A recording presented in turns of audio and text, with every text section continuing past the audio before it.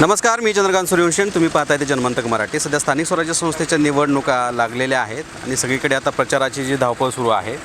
आत्ता मी ज्यांच्यासोबत आहे ते कर्तव्यदक्ष असलेले आमदार अभिमन्यू पवार आहेत. आत्ता ह्यांनी जी क्षेत्ररस्त्याचं पॅटर्न वगैरे ते संपूर्ण महाराष्ट्रभर गेलेलं आहे. या आमदारांची जी काम करण्याची पद्धत आहे ती फार वेगळी आहे, त्यामुळं ग्रामीण टच आहे. ग्रामीण मंत्रालयाची ही निवडणूक आहे. आपण आता जात आहे प्रत्येक गावामध्ये, प्रतिसाद कसा भेटतो? चांगला प्रतिसाद आहे, एकदम उत्तम प्रतिसाद आहे. एकदम मी कायम रस्त्यावरचा कार्यकर्ता आहे. मी सगळ्या संपर्कात राहतो. इथली जनता मला पूर्ण ओळखते आणि मी जनतेवर अत्यंत प्रेम करणारा कार्यकर्ता आहे. जनताही मला सोडत नाही, मी जनतेला सोडत नाही. त्यामुळे जनता ह्यावेळेस मी फिरायचं पण फिरावं, मला फिरायची सुद्धा आवश्यकता नाही. इतकी कामं मी केलेली आहेत. त्यामुळे जनता पूर्णपणे माझ्या मागे राहणार आहे.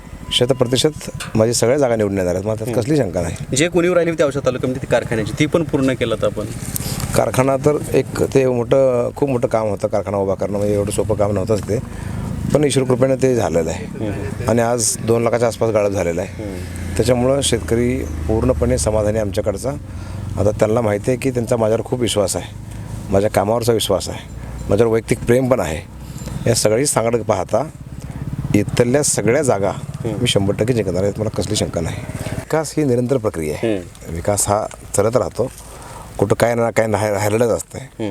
पण मी तुम्हाला एक सांगतो, कुठल्याही खेडेगावात जावा तुम्ही आणि मागच्या 50 वर्षामध्ये जेवढे पैसे आले नाहीत तेवढे माझ्या काळात पैसे आलेले आहेत. हे ठासून सांगतो मी तुम्हाला. शेतकऱ्यांना फार मदत झाली. शेतकरी फार शेतकरी तर खुश सांगतात की आम्हाला गाडी गाव तिथपर्यंत जाते. आमच्या शेतकऱ्याला त्याच्या बंधाऱ्यापर्यंत रस्ता करून दिलेला आहे.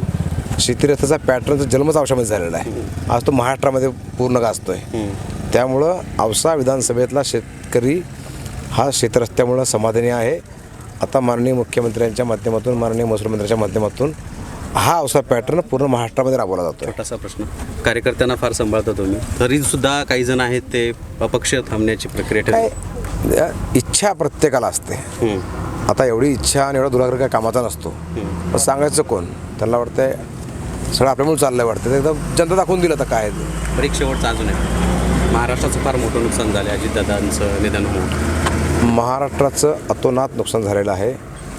दादांचं हे अनाकलनीय जाणं हे तितकंच त्या कुटुंबाला जेवढं धक्कादायक आहे तेवढंच मलाही धक्कादायक आहे. कारण माझं सुद्धा वैयक्तिक नुकसान झालं आहे असं मी मानतो. बऱ्याच वेळ दादांचे माझे अत्यंत चांगले संबंध होते. इव्हन दादा उपमुख्यमंत्री उद्योजीकडे असतानासुद्धा सरकारमध्ये माझं कुठलंही काम राहत नव्हतं, कारण दादा त्या ठिकाणी होते. दादांचं माझं अत्यंत प्रेम आहे. तुम्ही बघितलं दादा इथं औषधाला आले होते. पण दादाही मला सांगितले मी आलो होतो पण तुझ्या लक्षात बोललो नाही. इतके माझं प्रेम जिव्हाळा दादासोबत होता. त्याच्यामुळं वैयक्तिक सुद्धा नुकसान माझं खूप झालं.